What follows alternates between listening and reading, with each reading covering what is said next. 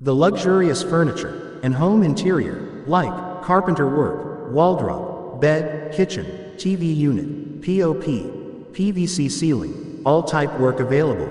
Contact on 7709-829950.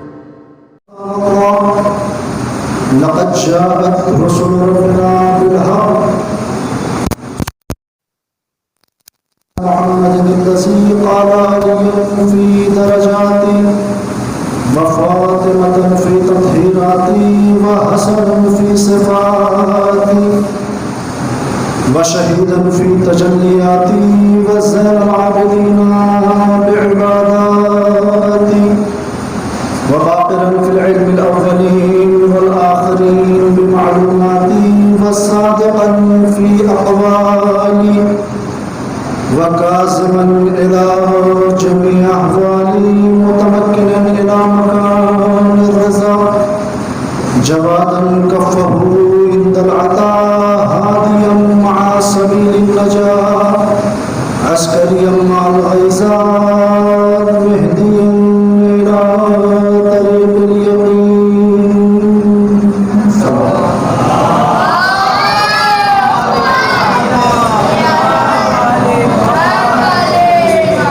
وعلى آل بيته الطيبين الطاهرين المعصومين المظلومين المنتجبين المنتخبين آمين يا رب العالمين. اللهم لا قاتلي فاطمة الزهراء سلام الله عليها. اللهم لا قتلة الحسين وعلى علي بن الحسين وعلى أولاد الحسين وعلى أصحاب الحسين. أما بعد فقد قال الحسين عليه الصلاة والسلام إن الحياة عقيدة والجهاد سواء.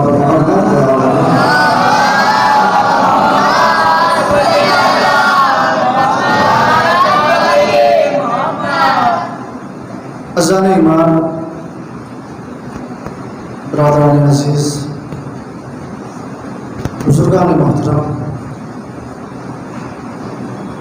آج کی یہ مجلس کہ جسے ہمارے ان کمسن نوجوانوں نے اتنی محنت، اتنی کاوش اور اتنی محنت کرنے کے بعد ایک بڑا پروگرام ہم لوگوں کے سامنے رکھا، اور ہمارے بزرگوں کو چاہیے کہ ہم اپنے ان بچوں کو ہر طریقے سے دامے درہمے دار جس طریقے سے بھی ان کی حوصلہ افزائی ہو سکے اس طریقے سے ان کی حوصلہ افزائی کر سکیں. اور چونکہ میں کوئی بہت بڑا خطیب نہیں ہوں، ہمیشہ آپ لوگوں نے ہمیں اپنی نگاہوں کے سامنے دیکھا، اور ماشاءاللہ سے میرے سامنے طلاب ذوی احترام کا بھی مجمع ہے، لہٰذا مجھے اپنی بات پہنچانے میں اور بھی آسانی ہوگی، اس لیے کہ جب عام مجمع ہوتا ہے تو انسان اپنی بات اچھے طریقے سے نہیں پہنچا پاتا، لیکن جب خواص کا مجمع ہوتا ہے تو انسان جو بولنا چاہتا ہے وہ بہت جلدی پہنچ جاتا ہے.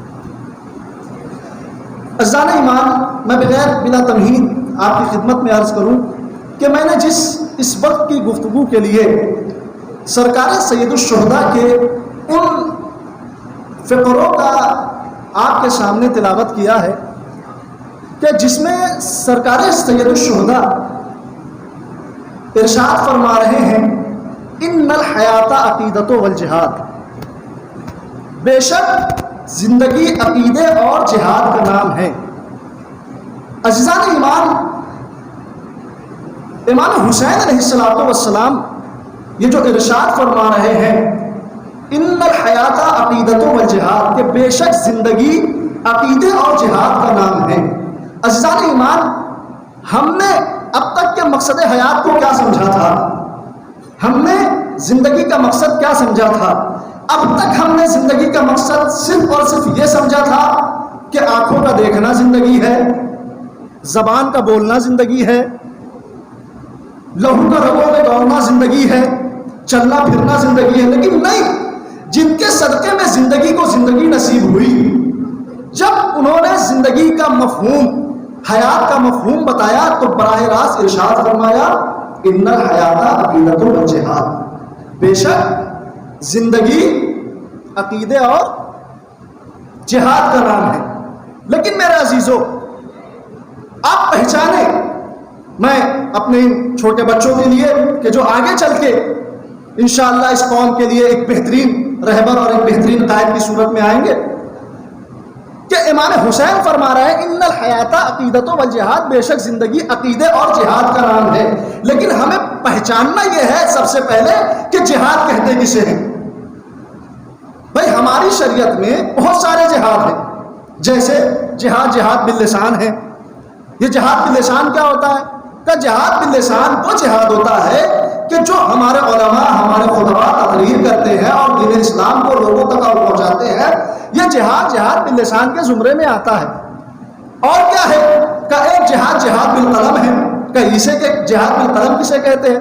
کہ جہاد بالقلم اس جہاد کو کہتے ہیں جو ہمارے علماء نے کتابیں لکھی اور وہ کتابیں آج ہم تک ہمارے درمیان موجود ہے۔ یہ جہاد بالقلم کے زمرے میں آتی ہے۔ اور ایک جہاد بالسیف ہے۔ یہ ہماری ایک شروعات محمد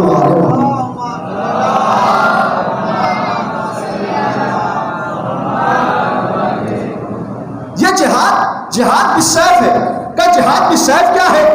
کہ جہاد بالسیف وہ جہاد ہے ہماری شریعت میں، یہ جہاد اس وقت واجب ہوتا ہے جب اذن معصوم ہو۔ عزیزان ایمان، یہ تھی مختصر سی تعریف جہاد کی۔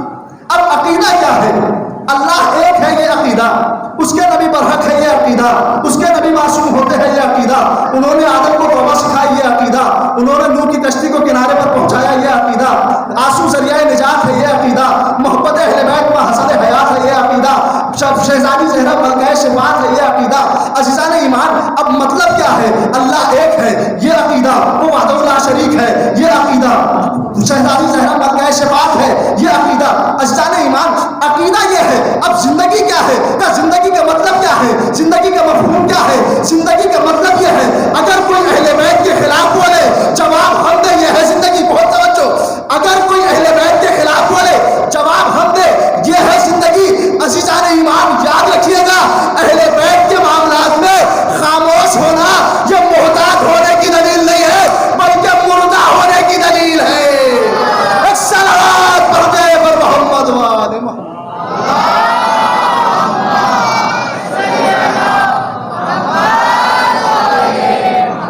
عزیزان ایمان، یاد رکھے، عقیدہ، اسی لیے ہمارے یہاں عمل کو گھٹانے کے لیے عقیدے میں زور نہیں دیا جاتا، بلکہ عمل کو بچانے کے لیے عقیدے میں زور دیا جاتا ہے۔ اور ہر جگہ عقیدے کی بات ہوئی ہے۔ عزیزان ایمان، آپ قرآن مجید اٹھا لیجیے، دیکھ ڈالیے کہ ہے کیا عقیدہ، اہمیت کیا ہے عقیدے کی۔ اسی لیے کہا جاتا ہے ہمارے یہاں جو زور دیا جاتا ہے وہ یہ ہے کہ آپ اپنے عقیدے کو بچائیں، آپ اپنے عقیدے کو بچائیں۔ عزیزان ایمان، یاد رکھے، عقیدہ ہے کیا، انسان اپنے عقیدہ کو بچائے کیسے؟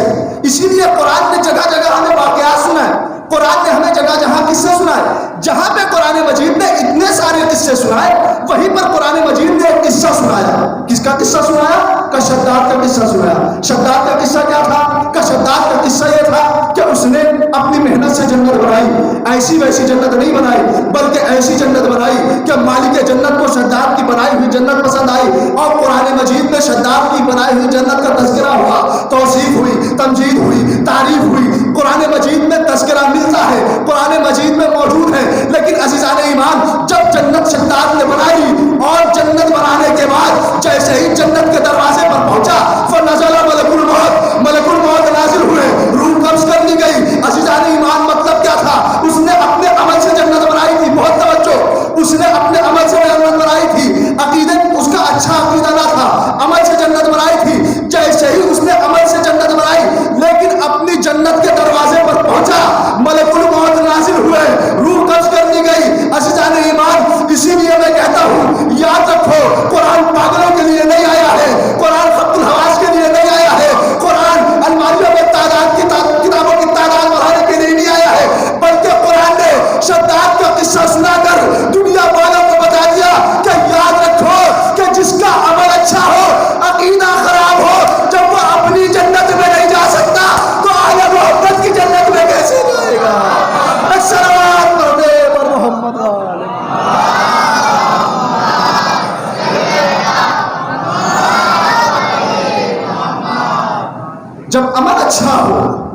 عقیدہ خراب ہو تو انسان اپنی بنائی ہوئی جنت میں نہیں جا سکتا، تو آل محمد کی جنت میں کیسے جائے؟ اجان ایمان تھا لیکن عقیدہ خراب تھا۔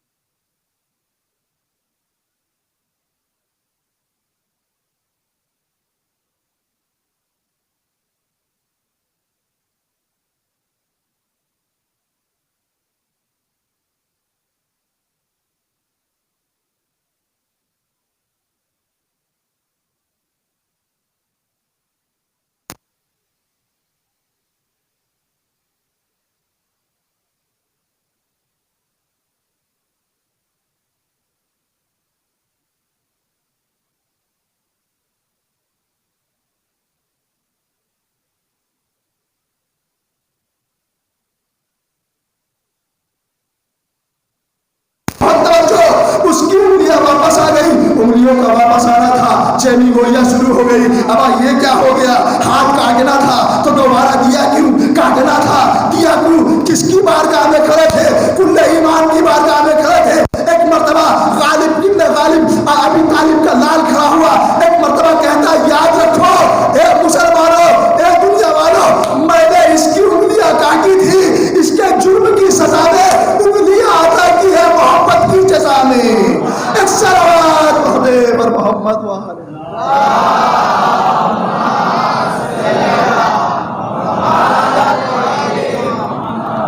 میں نے اس کی انگلیاں کاٹی تھی، اس کے جرم کی سزا، لیکن جو آج اسے انگلیاں عطا کی ہے، اسے محبت کی جزا میں عطا کیا ہے۔ اذان ایمان یہ تھا ایک عمل کہ جہاں عمل خراب تھا لیکن عقیدہ اچھا تھا، اس لیے اسے انگلیاں واپس مل گئی۔ اور انسان ایمان یاد رکھے، آپ دیکھیں قرآن مجید کا مطالعہ کیجیے کہ عمل کو گھٹانے کے لیے عقیدے پہ زور نہیں دیا جاتا، بلکہ عمل کو بچانے کے لیے عقیدے پہ زور دیا جاتا ہے۔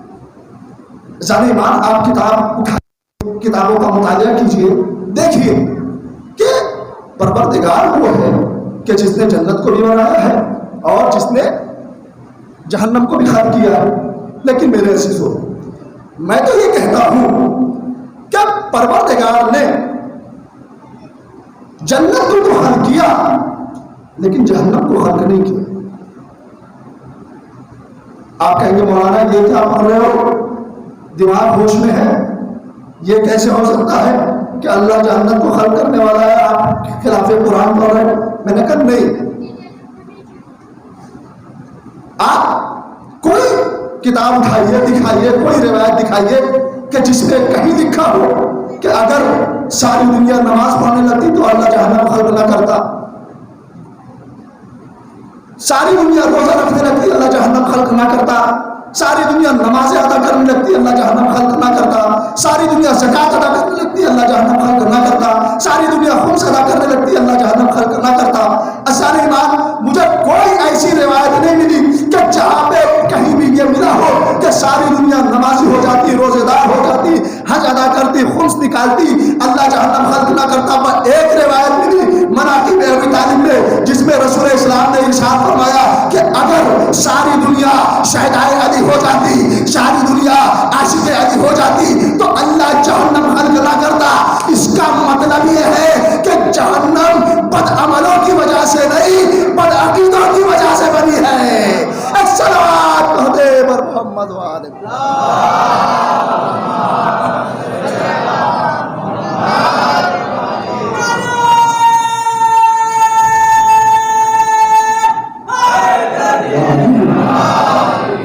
اس کا مطلب یہ ہے کہ جہنم بد عملوں کی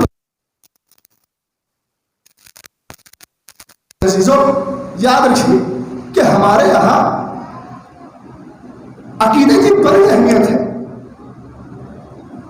ایسا نہیں ہے کہ ہم صرف پہلے کو مانتے ہیں آخری کو نہیں مانتے، نہیں، ہم پہلے کی بھی اتنی اہمیت رکھتے ہیں اور آخری کی بھی اتنی اہمیت رکھتے ہیں۔ پہلا کون، اس کا تذکرہ ذرا سی بعد میں کرتا ہوں۔ آخری کون کا آخری نبی کون ہے، پہلا بھی ہے اور آخری بھی ہے۔ آخری کون کا آخری وہ کہ جب لوگ رسول اسلام کے پاس آئے اور آنے کے بعد کہنے لگے یا رسول اللہ ہمیں عقیدہ توحید دے دیجئے، ہم بتوں کی عبادت کرنا چھوڑنا چاہتے ہیں، تو سب سے پہلے رسول اسلام نے جو نعرہ لگایا وہ کیا نعرہ تھا؟ کہ قولوا لا الہ الا اللہ تفلحوا، کہو لا الہ الا اللہ نجات پا جاؤ۔ عزیزان ایمان، جو لوگ رسول اسلام کے پاس عقیدہ توحید مانگنے آئے تھے تو رسول کی طرز تبلیغ کیا تھی؟ رسول کی تبلیغ کرنے کا طریقہ کیا تھا؟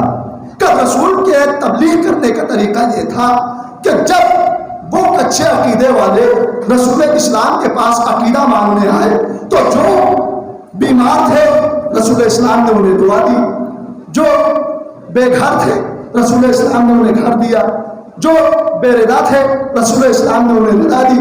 عزیزان ایمان، ابھی ان کا عقیدہ کچا تھا، بہت توجہ، ابھی ان کا عقیدہ کچا تھا، پکا نہ تھا۔ عزیزان ایمان، تو جو لوگ رسول اسلام کے پاس عقیدہ توحید مانگنے آئے تو رسول اسلام کی طرز تبلیغ کیا تھی؟ کہ رسول اسلام کی طرز تبلیغ یہ تھی کہ جو لوگ مانگنے آئے، جو پریشان حال تھے انہیں دعا دی، جو برہنہ تھے انہیں رضا دی، جو بے گھر تھے انہیں گھر دیا۔ عزیزان ایمان، ابھی ان کا عقیدہ کچا تھا، پکا نہ تھا۔ اگر عقیدہ کچا پکا ہوتا، کچا نہ ہوتا تو تہمت ہجیان نہ ہوتی۔ اگر عقیدہ کچا ہوتا، پکا نہ ہوتا تو یہ لوگ پہاڑیوں کی طرف نہ بھاگتے۔ عزیزان ایمان، لیکن رسول کی طرز تبلیغ یہ تھی کہ جب یہ لوگ رسول اسلام کے پاس آئے اور رسول اسلام نے جو ان میں سے بے گھر تھا انہیں گھر دے کے دنیا والوں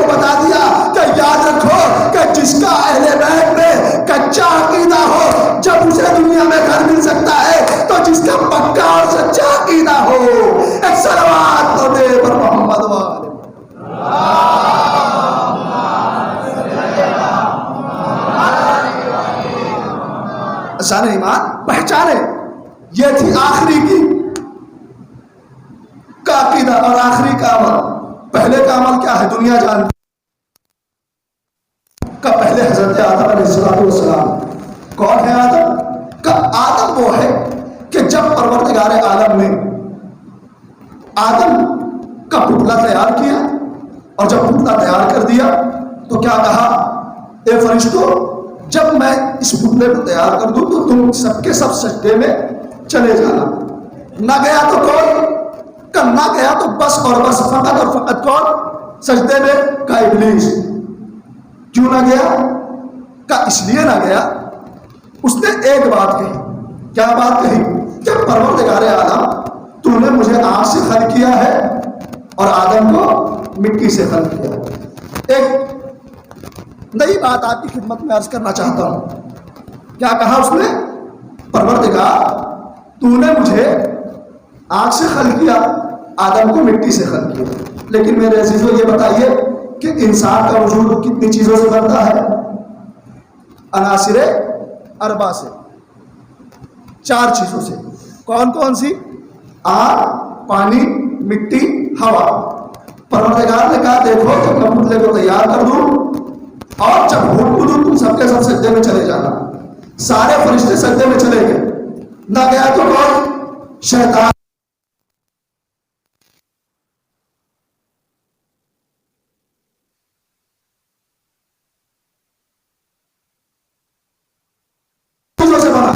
سے، پانی سے، مٹی سے، ہوا سے.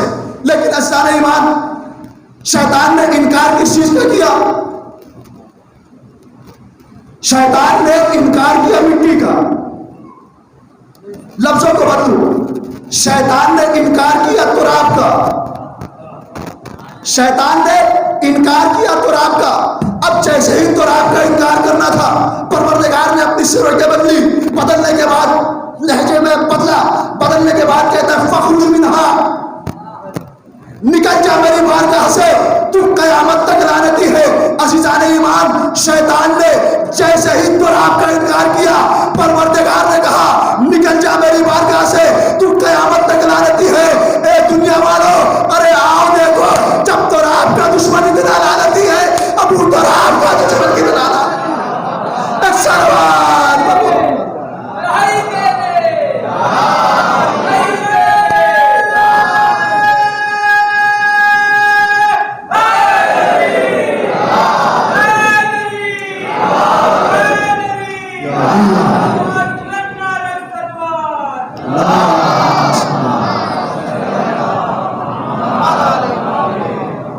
ایمان جب تک کہ اس نے تراب کا جیسے ہی انکار کیا پروردگار نے کہا فخرج منہا، نکل جا میری بارگاہ سے، تو قیامت تک لعنتی.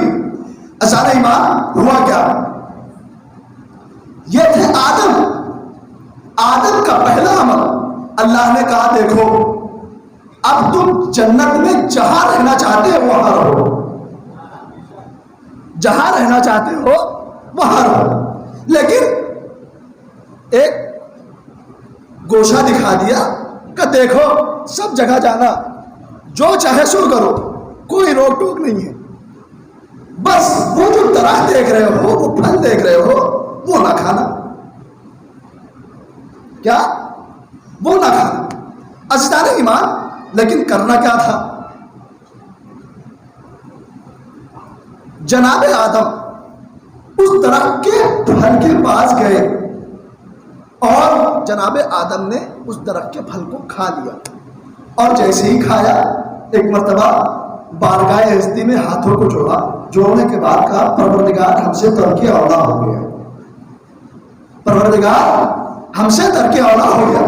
آواز قدرت آئی آدم یہ تمہارا ترک اولا نہیں ہے، یہ تمہارا ترک اولا نہیں ہے بلکہ آدمیوں کے لیے وارننگ ہے. آدم یاد رکھو جب آدم تم نبی ہو کے اہل بیت کے درخت کا ایک پھل کھا لو تو تم جنت سے نکال دیے جاؤ. تو جو آدمی پورا باغ فدا کھا جائے ایک سلوات پڑھتے ہیں پر محمد وآل محمد.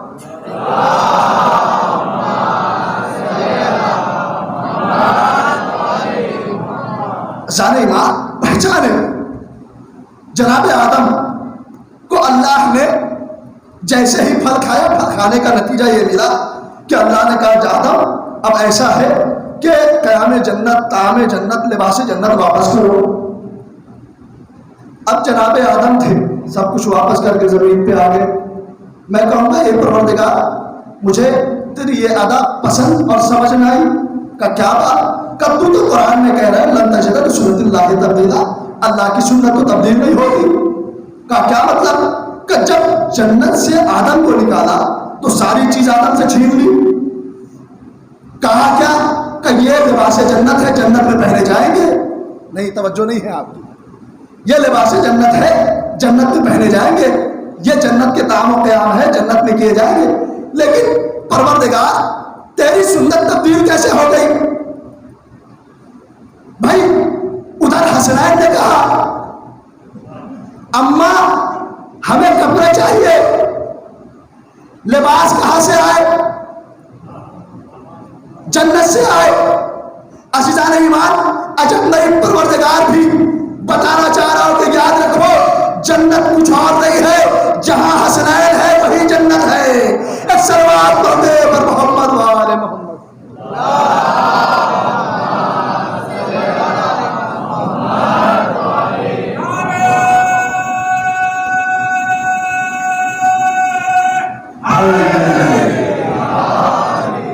ایمان آپ پہچانیں.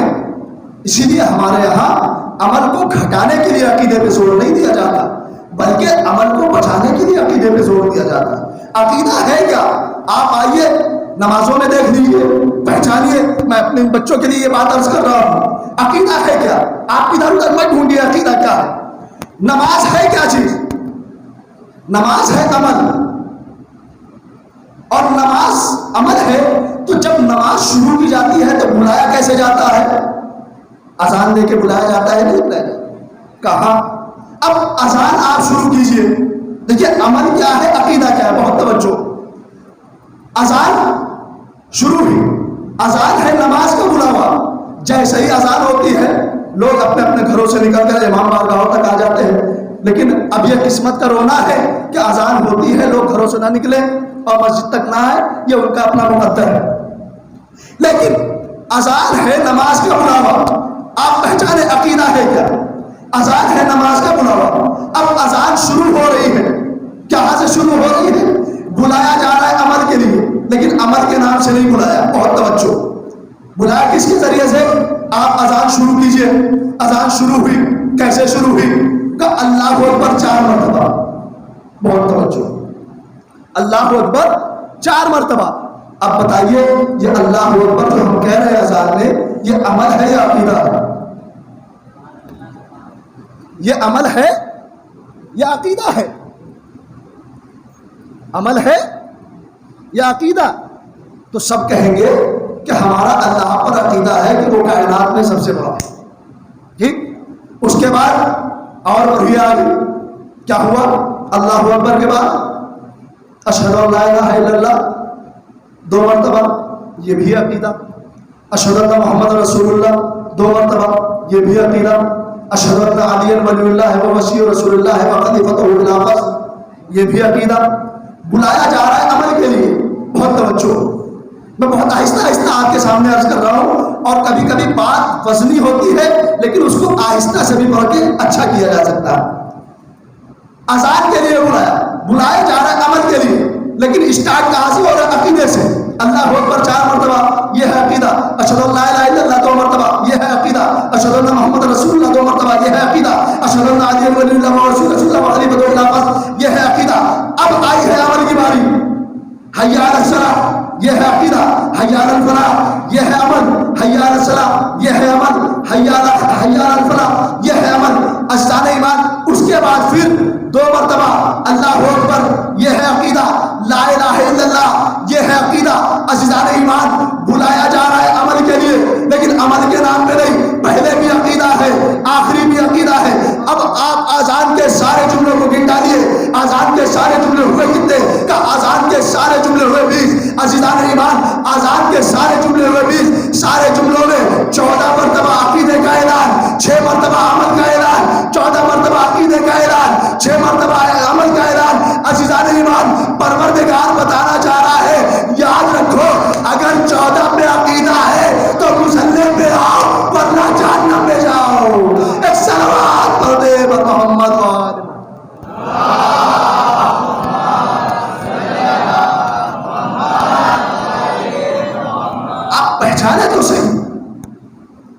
ایمان اسی لیے ہمارے یہاں عقیدے پہ زور دیا جاتا ہے، اور جہاں عقیدے پہ زور دیا جاتا ہے وہی انسان کے پاس اعمال بھی ہے، اور اعمال پہ بھی زور دیا جاتا ہے۔ اسی لیے رسول اسلام نے ارشاد فرمایا کہ انما الاعمال بالنیات، کہ انسان کے عمل کا دار و مدار اس کی نیت پہ ہوگا، جیسی اس کی نیت ہوگی پروردگار عالم اس کو ویسی جزا دے گا۔ اور ہر انسان جو اس کائنات میں زندگی بسر کر رہا وہ اس طریقے سے زندگی بسر کرے، ہر لمحہ اسے چاہیے کہ وہ اپنے نامہ اعمال پر روشنی ڈالے کہ ہمارا اعمال کیسا ہے، اور یہ نہ سوچے کہ ہم تو بہت گناہ کر چکے ہیں، پروردگار ہماری مغفرت کیسے ہوگی۔ اس کے بعد لوگ یہ سوچتے ہیں کہ اب تو اتنے گناہ کر لیے، گناہ اور کر لیا جائے۔ نہیں میرے عزیزو، یاد رکھیے اللہ کے رسول فرما رہا انما الاعمال بالنیات، کہ اعمال کا دار و مدار انسان کی نیت پر۔ اور اسی لیے علامہ مجلسی نے اپنی کتاب روح الحیات میں ایک بہت ہی دلچسپ واقعہ لکھا۔ وہ کیا لکھتے ہیں؟ وہ لکھتے ہیں کہ ایک شخص تھا، وہ چوری کرنے کی غرض سے اپنے گھر سے نکلا، کہاں پہ؟ ایک بادشاہ کے محل۔ چاہتا تھا کہ رات کا ایک پہر آئے، میں بادشاہ کے محل میں داخل ہوں اور جو بھی ضرورت کی چیزیں ہیں وہاں سے اس چیز کو اٹھا لوں۔ تاریخ کہتی ہے کہ وہ شخص گیا، اب جیسے ہی بالا خانے پہ داخل ہوتا ہے تو کیا دیکھتا ہے؟ آپس میں زوج و شوہر یعنی بادشاہ اور بادشاہ کی بیوی دونوں آپس میں محل گفتگو، کیا باتیں ہو رہی ہیں؟ دونوں کی آپس میں یہ باتیں ہو رہی ہیں کہ پروردگار عالم نے ہمیں ہر چیز سے نوازا ہے، ہر چیز عطا کی ہے، ہمیں کسی چیز کی ضرورت نہیں ہے، بس پروردگار ہمیں ایک اچھا نیک صالح لڑکا عطا کر دے کہ جس سے ہم اپنی بیٹی کی شادی کر سکیں، جس سے ہم اپنی بیٹی کی شادی کر سکیں۔ سارے بات اب یہ چھوڑ کہ جو چوری کی غرض سے آیا تھا بادشاہ اور اس کی بیوی کی ساری باتیں سن رہا تھا، اب جب یہ دونوں آپس میں یہ گفتگو کر رہے تھے تو بادشاہ نے کہا کہ یہ بات تو صحیح ہے کہ ہمارے پاس کسی چیز کی کمی نہیں ہے، ہر چیز ہمارے پاس موجود ہے، سارا سامان ہمارے پاس موجود ہے، لیکن یہ کیسے پتا لگایا جا سکے کہ جو شخص بھی ہماری بیٹی کے لائق ہو، وہ مومن ہو، متقی ہو، پرہیزگار ہو، تو ایسا کہتا ہے کسی کی مومنیت کا پتہ لگانا ہو، کسی کی تقویٰ کا پتہ لگانا ہو، کسی کی پرہیزگاری کا پتہ لگانا ہو، تو چلو چل کے صبح دیکھ لیا جائے جو سب سے پہلے مسجد میں آئے گا اس سے بڑا متقی پرہیزگار کوئی ہوگا ہی نہیں۔ جو ساری باتیں سن رہا تھا، اب جیسے ہی اس نے یہ باتیں سنی اپنا ارادہ بدلا، ابھی رات کا وقت گزرا تھا، صبح 4 بجے مسجد کے دروازے پر پہنچا،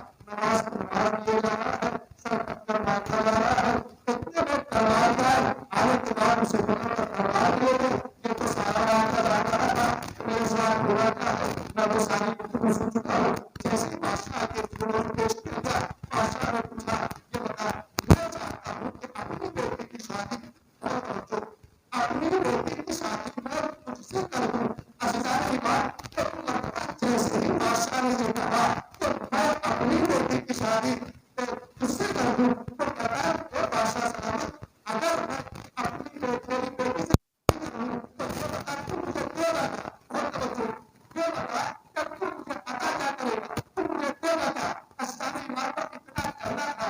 بادشاہ نے کہا اگر تو میری بیٹی سے شادی کر لے گا تو میں اپنی آدھی سلطنت تیرے حوالے کر دوں گا۔ آدھی سلطنت تیرے حوالے کر دوں گا۔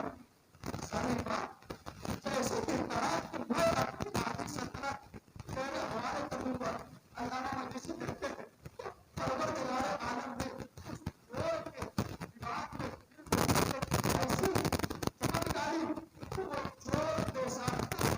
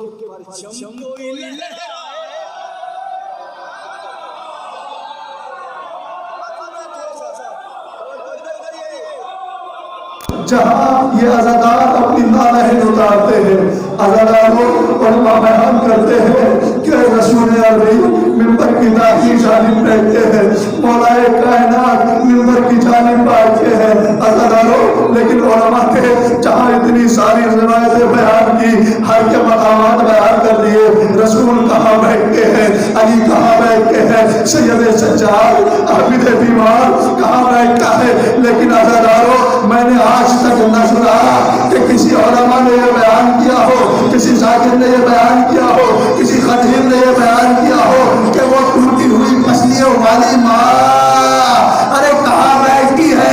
اے عزاداروں کسی نے نہیں بیان کیا، عزاداروں اگر وہ کہیں بیٹھتی تب نہ پتا چلتا، وہ کبھی اس عزادار کے پاس، کبھی اس عزادار کے پاس، کبھی اس عزادار کے پاس آ کے کہتی ہے ایک قطرہ آنسو دے دے جو میرے لال کے زخم کا۔ جزاک اللہ عزاداروں یہی ہاتھیں گرنا ہے، رونا پرسا دے دو عزاداروں، اگر رونا نہ آئے تو دعائیں کیا کرو، اے پروردگار ہماری آنکھوں کو آنسوؤں کی دولت سے مالا مال کر دے۔ میرے سامنے یہ کم سن بچے بیٹھے ہیں، اے عزاداروں اگر تمہیں مصائب سن کے رونا نہ آئے تو میں اتنا سوچ کے رو لیا کرو کہ 4 سال کی وہ ننھی سکینہ کہ شمر ملعون کا وہ مضبوط ہاتھ، ارے شمر ملعون کا وہ مضبوط ہاتھ 4 سال کی بچی کے گالوں میں پڑے اور بچی طرف کے گئے ایک چچا بنا۔ جزاک اللہ عزاداروں، خدا آپ کو کوئی غم نہ دے سوائے غم مظلوم کربلا کے۔ اے عزاداروں رو لو پرزہ دے دو، غریب مسلم کا تابوت اٹھانا ہے۔ اے عزاداروں سنو گے بڑی قیامت گزر گئی، 2-3 روایتیں آپ کی خدمت میں عرض کروں گا۔ عزاداروں کون مسلم ہے؟ یہ وہ مسلم ہے کہ جو کوفے میں اس لیے آئے تھے تاکہ لوگوں کو، تاکہ امام کو بلا سکے، لیکن عزاداروں کوفے کا عالم یہ تھا کہ نماز سے پہلے سارے کے سارے لوگ مسلم کے ساتھ تھے، لیکن عزاداروں جیسے ہی نماز ختم ہوئی مسلم کا کوئی یار و مددگار نہ تھا۔ عزاداروں تاریخ کہتی ہے کہ وہ وقت بھی آ گیا کہ جناب مسلم ہیں جو کوفے کی گلیوں میں ٹہل رہے ہیں، پرایا پھر رہے ہیں، عزاداروں ہر طرف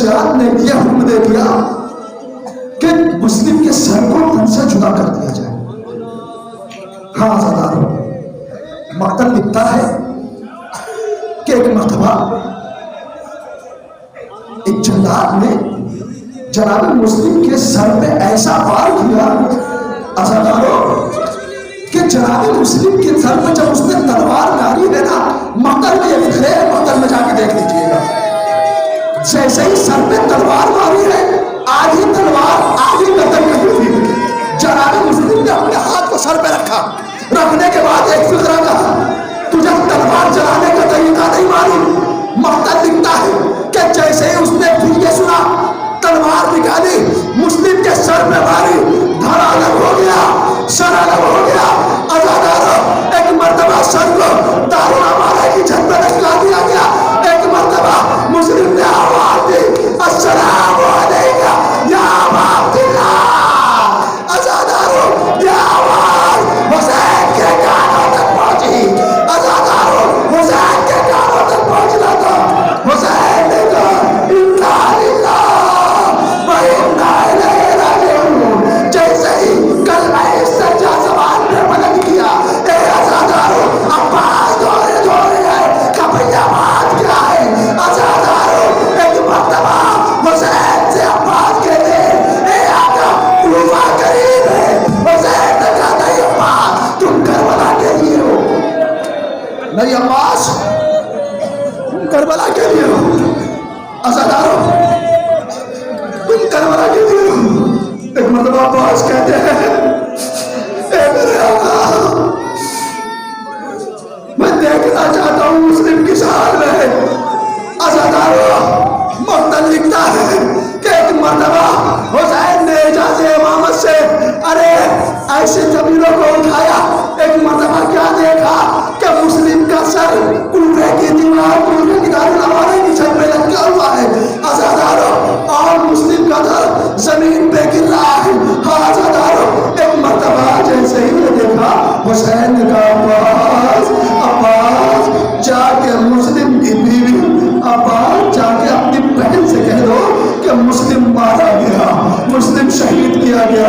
ازادارو عباس کتنا قریب ہے، پہچانا عباس کی منزلت کو کتنا قریب ہے.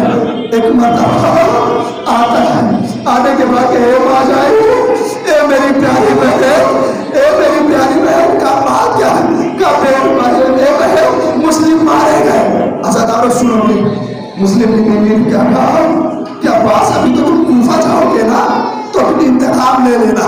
ہاں ازادارو میں نے بہت پہلے ابھی جناب سکینہ کا ذکر کیا تھا نا. ازادارو جب مسلم کی وجہ سے ملتی ہے ایک مرتبہ حسین نے مسلم کی بیٹی کو بلایا، تاریخ نے جس کا نام رقیہ لکھا. ازادارو ایک مرتبہ حسین نے مظلوم نے رقیہ کو اپنے زانوں پہ بٹھایا.